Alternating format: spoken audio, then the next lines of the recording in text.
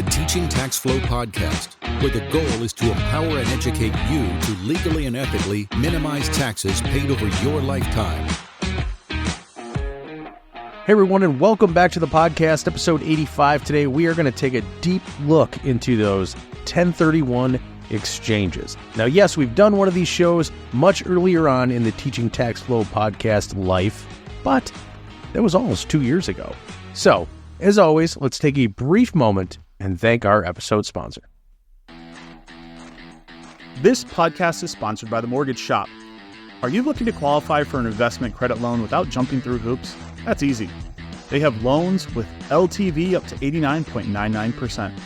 Exploring their products and discovering how they can work for you is simple. Just visit mortgage.shop or call 865-325-2566 and tell them TTF sent you. Hey everybody, and welcome back to Teaching Tax Flow, the podcast. We know you listen to every single one of our episodes we have, and especially if you go all the way back to, I think it was episode number 3, dating back November-ish of 2022, we talked on this topic of 1031s. So if you didn't listen to it, you're going to get a breakdown. And actually, we brought on a guest who is better looking and smarter than the both of us for this one. But before we introduce him, Chris Picuro, you know, my buddy, the tax guy. How's it going? Great to be back on my own podcast, as you usually like to say, John, or our podcast. I tried to mix it up a little bit this time. You know, I tried to take ownership of it a little more than I usually do. So, well, the summer's upon us here, and almost. The days are longer, and it's warmer out, which is great. More time for outdoor activities, certain sports that people like, and I would be remiss without mentioning pickleball as probably the number one sport in America at this point. Anyway, that's not what we're here to talk about. Although pickleball is definitely an amenity that many people look for, especially when investing in real estate and rental properties and maybe apartment communities, which ties into 1031 exchanges. So we did an episode, the third episode, gosh, it was probably a part of the Pizza Box series where we were recording these podcasts in an echoey home in our Florida property, and we talked about them. We had a lot of great information, but as the Teaching Tax Flow community has grown and it allowed us to expand our wings, we've been able to attract some amazing guests. We have an amazing guest today that is going to shed light on 1031 exchanges. We're also going to talk about any type of updates in the real estate industry. We know we have a little bit higher interest rates right now, and what we want people to, when they walk away from this episode, understanding when a 1031 might make sense and what are some of just the basic rules and some of the basic challenges, but also some of the remedies, and making sure, John, you know, in Teaching Tax Flow, we talk about building your board of directors. So making sure you're working with the right people. So I'm super excited to introduce Scott Saunders, who has personally helped me, got me out of a pickle one time to successfully complete one of our 1031 exchanges, but also has not only worked with people in our private CPA practice, but in the Teaching Tax Flow community. Scott, welcome to the Teaching Tax Flow podcast. Hey, Chris and John, great to be with you. Fun topic. Always love talking about all things tax deferral, helping real estate investors and business owners take that equity, redeploy it, and get better rates of return. So always a fun topic. Really excited to jump in and kind of talk about what it is, how people can take advantage of it. Well, Scott, can you tell us a little bit about your history, your background, the team you lead, and how you found yourself as, in my opinion, the number one qualified intermediary and 1031 resource out there? Yeah, believe it or not, I stumbled into this industry way back in 1988, before we even had the Treasury regulations that we have in place now. So we were operating after a tax court decision, the Starker case, and I kind of grew up in the 1031 industry, been doing this now for 36 years. I'm a senior vice president with Asset Preservation. We're a national qualified intermediary. I'm coming to you today from Denver, Colorado. So that's where I'm based. And, you know, I spend a lot of time just helping investors understand what the rules and process are and going through it. Sometimes you have simple scenarios. Sometimes they get a little more complex and kind of everything in between. But just always fun to talk about this topic and really help investors take advantage of this part of the tax code It's been around, as you guys probably know, for 103 years now. So it's been a long part of the tax code, but yet people are still kind of unpacking it and realizing all the things it can help them accomplish. Well, I think can be a complicated transaction, but we always talk about in our community and teaching tax law community that, we want people that can take something complicated and make it seem not complicated instead of vice versa. And that's when you're working with someone special. So for our listeners, a lot of times they hear about 1031 exchanges. When does a 1031 exchange, or what is it, I guess, from a 30,000 foot view? I know you mentioned tax deferral, because we know that tax agencies are involuntary business partner, and tax laws are going to encourage and discourage certain behavior. So if you were to sell, let's say you own a piece of real estate and you sell that real estate, you are going to have a capital gain, hopefully. And then you're going to have to pay a portion of that capital gain to your business partner, the IRS. And golly, if you live in a state, we always like to throw California under the bus, New York, some of these high tax states, you're going to pay some to them, and maybe a local tax agency. But 1031 exchanges under the Tax Cuts and Jobs Act are really only available to real estate, and that's what we're here to talk about. But can you tell us a little bit about what it is and what? Yeah. Yes. Yeah, happy to do that. So at a very high level, if you're going to sell a property, if you sell it to a buyer and they bring in cash, that's a taxable sale, and you'll pay taxes on that, whatever your capital gain is. A 1031 exchange at the most basic level is just this. I take a property that I've held for investment or used in my business, I transfer it to a buyer, and then I set up this thing called an exchange, and we'll get into the mechanics, and I receive back other like-kind property that I hold for investment or use in my business. So sale, give up property, get back cash. Exchange, give up property, get back property. So that's what it is. Now, what it allows you to accomplish, and you alluded to this, Chris, you're able to defer paying all the different taxes that would otherwise be owed.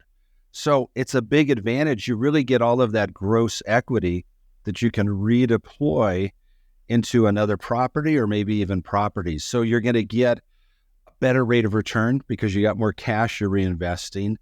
A lot of times you can acquire more property, you can boost cash flow, you can even go up in value, so you have a little bit more to depreciate. So all sorts of advantages doing an exchange versus just selling and paying Uncle Sam and the state tax authorities what you're going to owe and gain. So if you're listening to this and you know someone that owns property that's gone up a lot in value, and maybe it's at the top and you want to sell it, but you don't want to get hit by that tax, the 1031 exchange could be an amazing opportunity. The other kind of hidden benefit of the 1031 exchange is typically when you go into that next property, you have a larger down payment because all of your deferred gain, it's going to be a lot easier for you to get financed if you do go up in value. And our most recent one that my wife and I did, we went up in value, yet I didn't even bring any money to the table because I had so much equity that I was rolling into my next property. And that was really great. So I think some of the things, so let's talk just a little bit about if someone's considering doing the 1031 exchange, what should they be looking for as far as who should they have on their team, and when should they, maybe you mentioned a qualified intermediary, but when should they start getting involved with one?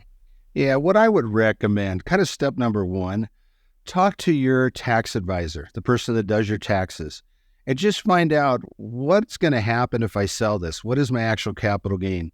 Most of the time, a tax advisor or CPA will have that, and they'll be able to tell you roughly what you would owe in taxes. So that's kind of step one. A lot of times, Chris, people are surprised when they do that. They go, wow, I didn't realize that the tax hit was going to be that big. So that is kind of an eye-opener. In terms of the process, you actually get involved with an exchange once you've got a property under contract. So you've got a buyer, you've opened up with a local title company or closing officer. That's when you're actually going to set up a 1031 exchange. And you do need this, we call a middleman. So the technical word is a qualified intermediary. In the country, you'll hear words like intermediary, QI, facilitator, accommodator. they all mean the same thing. That's that company in the middle that's actually going to hold the proceeds from the sale. So if you sell it and get the money, it's taxable. You let this company called a qualified intermediary receive the funds from the sale, setting up some documentation and paperwork to do that. Now you've got the ability to do a 1031 exchange. So tax advisor, qualified intermediary. If you've got a larger, more complicated transaction, you might want to pull in your real estate or tax attorney, right? If you've got some entities, or maybe you've remarried and you've got, an issue where you've got separate property and some of those things going on. So those are kind of the people that you want to bring into your team from the onset to help put together an exchange. And a good qualified intermediary, they're going to ask some questions. How do you hold title? What's your vesting? They're going to walk through the timeline, the time requirements, and I'm sure we'll get into that, and some of the basic rules. So one thing for your audience, if you've never done an exchange, don't be intimidated. There's some really basic rules, but an intermediary is going to kind of hold your hand, walk you through the entire process every step of the way. So don't feel like you've got to understand all this tax stuff to do it. You just need to know a few basic steps, and then you're going to have this partner called a qualified intermediary guiding you through the process. And I would say that I agree 100%. If you're considering doing the 1031 exchange, you can open up an exchange and it doesn't commit you to have to complete it. If it's in your best interest to not complete the exchange, you would spend the money to open the exchange, which is a modest amount compared to the amount of tax that you're going to pay. Because sometimes things just don't work out, but a good qualified intermediary is going to help guide you. You mentioned a couple things, and there's a couple rules based on, we talked through the identification and the closing rules, and then just maybe some rules of thumb for identifying, replacement property to make this happen. Yeah, when you do an exchange, the most common variation is what's called a delayed exchange, sometimes called a deferred. So you sell a property, you get the qualified intermediary involved prior to closing. They step into your shoes, sell it to the buyer. The day it closes is day 0. Now you've got 45 calendar days, what we call the identification period, ends at midnight of that 45th day, to identify property. You then have another 135 days after that to close on what you've identified. So you have the identification period, 45 days. The total exchange period is typically 180 days, and it includes those 45 days. In terms of identifying, people have some misconceptions there. You don't even necessarily have to be under contract to buy it. You just have to designate specific properties in writing, and they have to be what we call unambiguously described. That just means a street address or a legal description. So you would identify 312 Main Street or Unit 62 in a condo complex. So specific properties are identified. You sign and date that, and then you give that to the qualified intermediary as identification. We've got a few different rules, ways that you can identify, and so you've got options. The two most common, the first one's what's called the 3 property rule. So I can identify 3 different properties of any value, but I'm limited to 3, but the value is unlimited. If somebody is maybe coming out of a state where they've got higher equity amounts, say a state like California, and they're going to relocate to Tennessee, they may want to take advantage of what's called the 200% rule. So they sell one property for $2 million, and they want to buy a bunch of smaller rentals, all $300,000-$400,000. You can then identify as many as you want, but no more than twice the value of what was sold. So sell for $2 million is a bunch of small properties, but you can't go over $4 million. So those are the 2 basic rules. You either use the 3 property rule or the 200% rule to identify, and that allows you to have a few different options, and you've got to buy from that basket of properties. So if I identify 3, I could buy property 1, I could buy property 2 and 3, property 1 and 3, right? But it's got to be within that grouping. So that's probably the area where the most time pressure comes out, is identifying the property, locating it. And if I can give, the listeners of Teaching Tax Flow a tip, when you list the property you're selling, start working with your broker on the purchase side at that time. Don't wait until you close. get ahead of it in advance. And that way you can take a lot of the stress out of an exchange, because now you're looking for properties. You might start making offers, but you're narrowing the field down to the ones that really meet your needs. Do that well in advance. And now all of a sudden that time deadline isn't as intimidating, because you kind of know what you're going to go into, or you've at least narrowed the field down to a handful of properties that are desirable. Right. There, the rules are out there to prevent people from basically, I mean, I'm old enough to remember the yellow pages, right? But ripping every page out of the yellow page and saying, this is what I'm identifying. But typically, in practice, you're going to find that working with the right people, or they're going to guide you in that identification. Absolutely. In fact, the qualified intermediary, when you close on the property being sold, they're going to provide a summary of the identification rules. They'll provide a form to identify on. And a good qualified intermediary is going to work with you. If they haven't received the identification, let's say on day 35 or 40, they're going to start reaching out, calling an email and saying, hey, your deadline's coming up in a few days. So there are tickler systems in place. Now, it's always the responsibility of the investor to identify, but an intermediary is going to want to try and help investors, particularly people that might be busy, forget they've got that deadline coming, because there's really no workaround around that. You've got to identify within that time period to have an exchange that qualifies. There's no wiggle room. There's really, from a practical perspective, no extensions to that, for the vast majority of cases. And Scott, quick question for you too. I know we touched on it little bits and pieces here. As far as for somebody who's not familiar with a 1031 exchange, talk to us maybe a little bit more on just that relationship, on how that takes place. Like is making the connection between a qualified intermediary and the real estate agent. Like, how does that look? When do those introductions take place? Just kind of high level overall, just, bird's eye view of all the relationships and when the introduction. Great question, John. So typically you'll be working with your closing officer. So you get a contract accepted. Now you've opened it up. Somebody's going to be handling your closing, right? At that point in time, you're going to contact the qualified intermediary. They're going to prepare paperwork and they'll send it over to that closing officer. Now, there's one piece that I didn't touch upon. There are a few suggested words to include in your contract, letting everybody know that your intent is to do an exchange. So we have a 1031 exchange addendum, just a few sentences. The qualified intermediary can provide that to your real estate professional to include that in the contract. So the documents would go to the closer.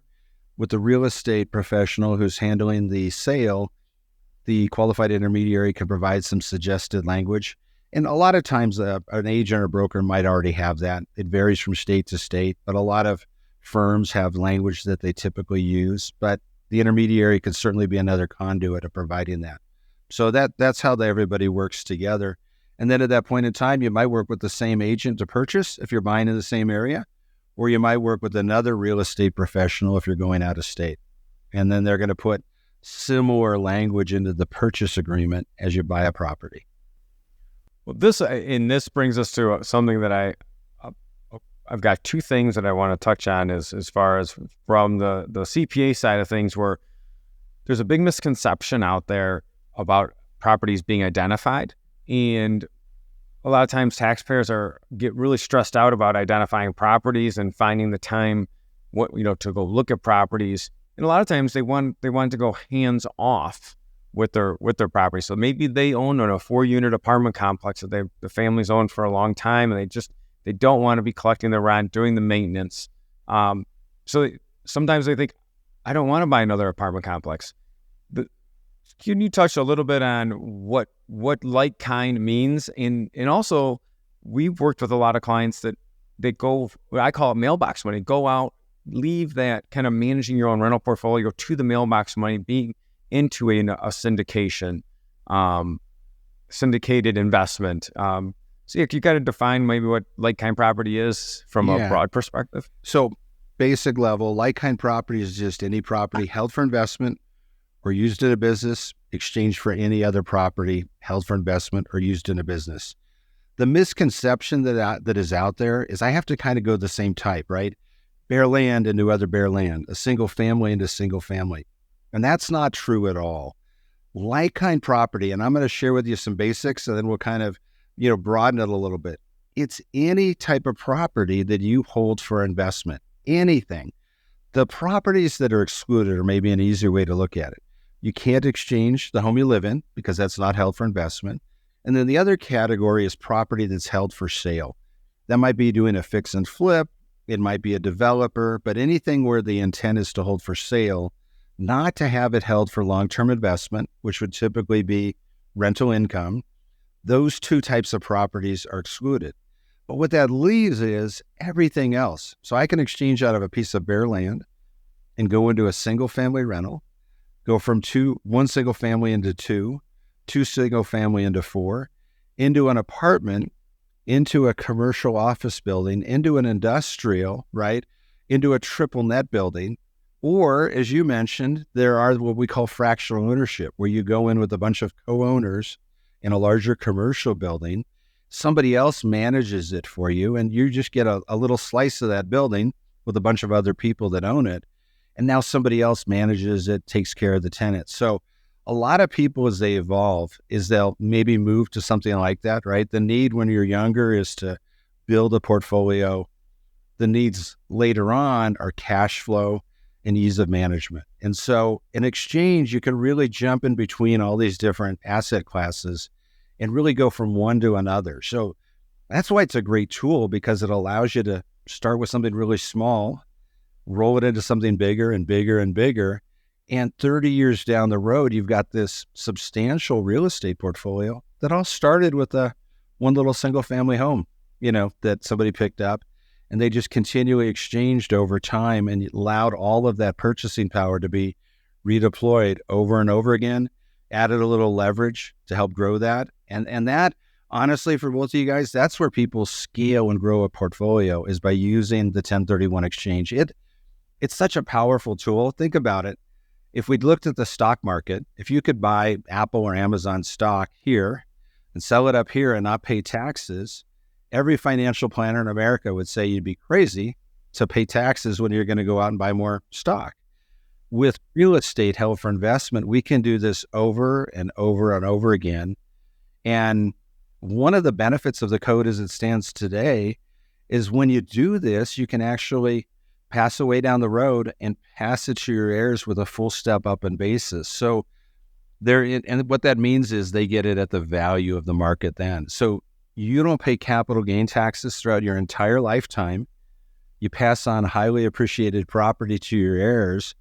They don't pay capital gain taxes. So this is, if you haven't looked at an exchange, you got to at least look at it. Get with your tax advisor and look at the benefits, because it's a game changer, in my opinion. Oh, it is. I mean, it when you don't have to take a chunk of your money at closing and pay your business partner. That's huge. And that's going to be the last thing I want to, last misconception we talk in teaching tax flow. Cash flow and tax in cash flow and tax flow are different.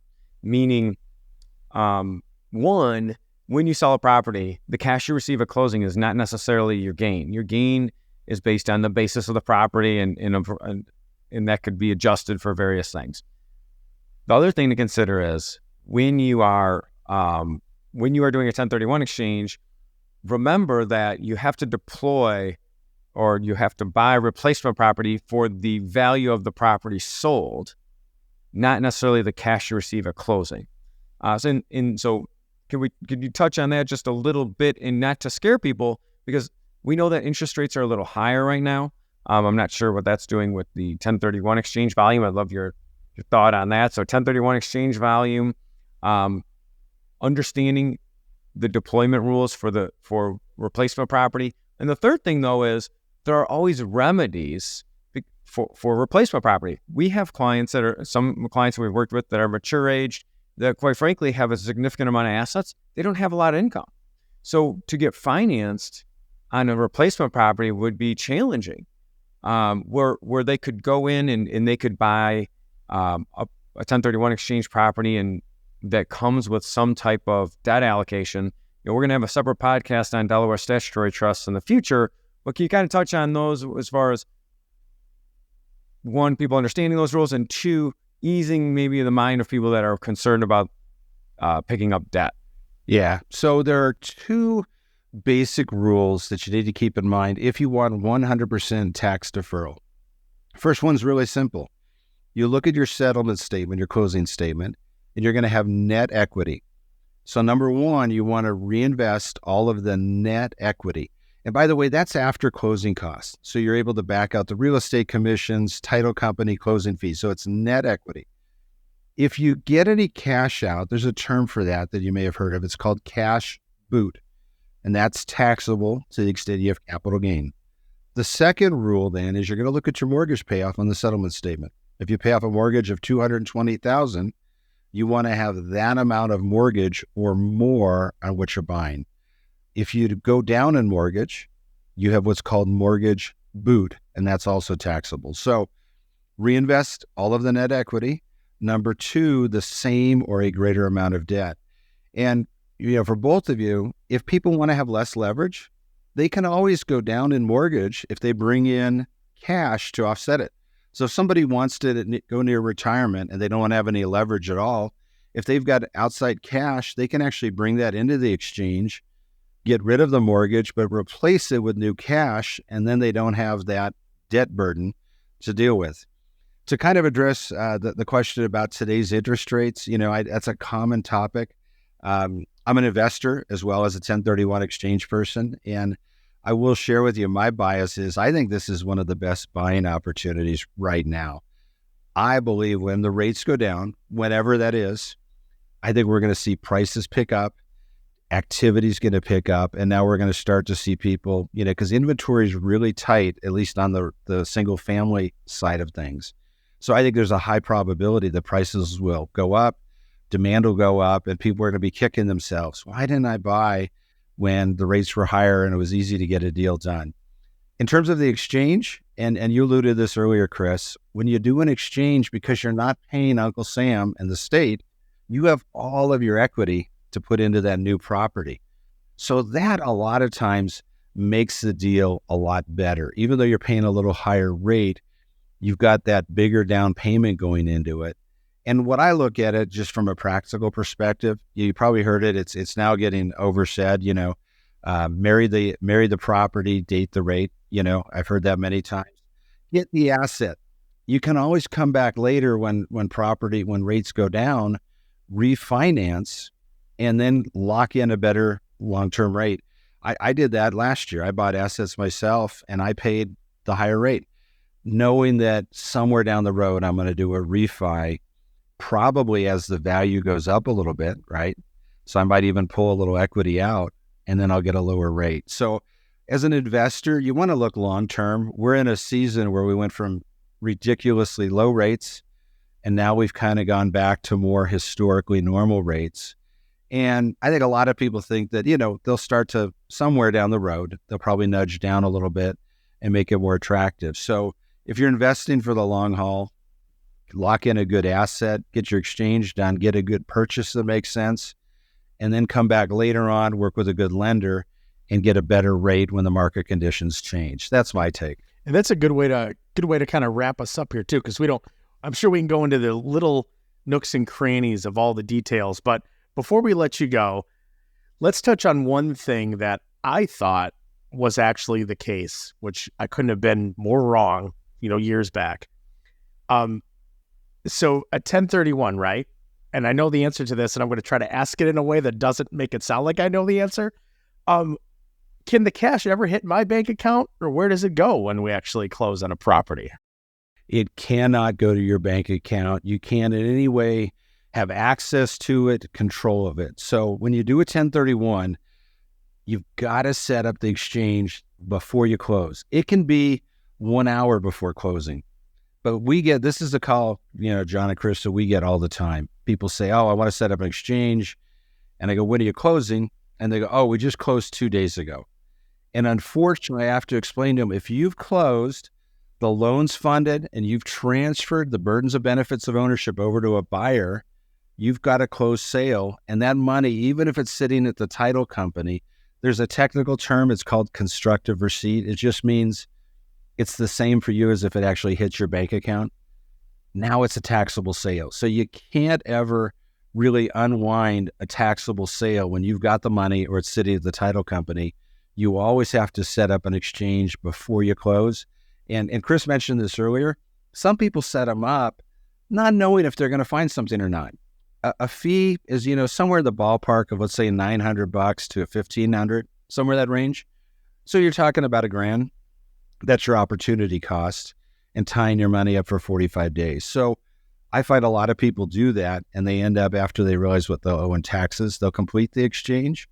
But some people don't complete an exchange, and it just converts back to a taxable sale.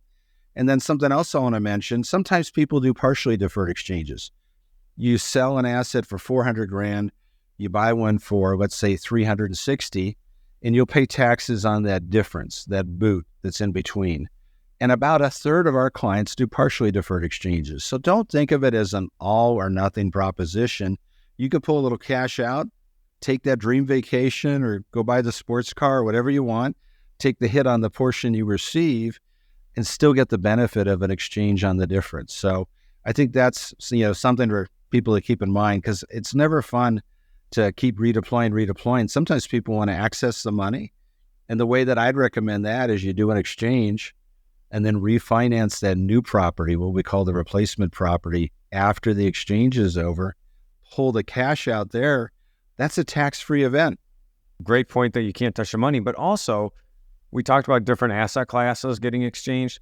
You can exchange one property for 5 properties. You could exchange 4 properties for 1 property. The timing obviously is challenging when you're going from several properties down to one, but it's not always a one for one thing. And that's why it's important to get with Scott, his team, and a qualified intermediary. If you're typically a great realtor or most likely a title company that's very reputable is going to help you through it as well. Yeah, absolutely. That's a great point. I just shared an example with some friends of mine. I bought a piece of dirt here in town years ago for $90,000. I did an exchange out of that. It basically tripled in value. And I went into 3 properties in your great state of Tennessee, up in Clarksville. I bought 2 in Wichita, Kansas. So I did 1 for 5. And I went from a piece of land that produced no cash flow into income property. Those properties today are worth about $1.5 million out of a $90,000 investment and a piece of dirt. So you can see how if people do that, once or maybe do that multiple times, how they can really build a substantial portfolio pretty fast by doing things like that. So, and it's real common that people scale up, right? They sell one asset, they take the equity and they buy 2 or 3, 4 replacement properties. They might add leverage, so they're getting some more benefits. So it's a fantastic tool. And I just encourage your audience, if you haven't looked at it, get with your tax advisor, number one, right? That's important. Get with a knowledgeable, qualified intermediary and at least see if it makes sense for you. I bet you, 9 times out of 10, it's probably a much better strategy for most investors, unless you want to cash out. That's maybe the time it doesn't make sense. If I'm hey, I'm done with real estate, I want to go into other investments, and I no longer want to own real estate, maybe that's the time. But Chris, you alluded to the Delaware Statutory Trust. That's a great vehicle where people can kind of go from active into more passive investment and be very hands-off. And that's why that whole niche has just exploded, in recent times. Well, excellent, gentlemen. Well, thank you both for joining us on this one, obviously talking on the topic. And Scott, we'll go ahead and put all your contact in the show notes here. So if anybody wants to reach out to you directly, obviously they can. So we know you're a wealth of information. Thank you both so much. I really appreciate it. Thank you. All righty, boys. Well, actually, so next week we have another topic coming up, which again, just watch out for wherever you listen to podcasts. Every Tuesday, a new show drops. But again, I will drop Scott's contact information in the show notes. Feel free to reach out to him. Great resource, and probably one of the best educators, not just on this topic as a whole, but he's very, very, very, very good at describing this in more detail. We've actually done a longer show with him over on the Mr. R show, a different one of ours, where we really dive into the topic, about an hour long. It actually qualifies for a CPE for those tax pros out there. Be sure to check that one out as well. And as we always close here, on the podcast. We will see you same time next week, different topic here on the Teaching Tax Flow podcast. Hey everybody, thank you for hanging out with us here on this episode of the podcast. Now, 1031s, right? You heard a lot about them. Maybe you knew a lot about them. Maybe you didn't. Maybe you're just in the middle. Now you have a pretty good understanding on them, and at least those key points that could really keep you out of some trouble, we'll say. Or should we just say some significant financial loss if you do not go about them the right way. As the example as I brought up, something I didn't quite understand years back. Almost found myself a little bit of trouble there. But with individuals like Scott and Chris on your side, you will figure this all out. You will navigate the wonderful world of 1031 exchanges. So keep sending us over those topic ideas, questions you may have. We love them. That's what fuels us here on the show. So we will see everybody here next week as always.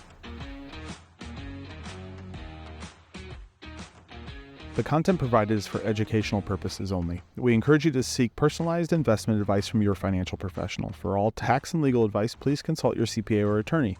Investment advisory services are offered through Cabin Advisors, a registered investment advisor. Securities are offered through Cabin Securities, a registered broker-dealer. The content of this podcast does not constitute an offer of securities. Offerings can only be made through an offering memorandum, and you should carefully examine the risk factors and other information contained in the memorandum.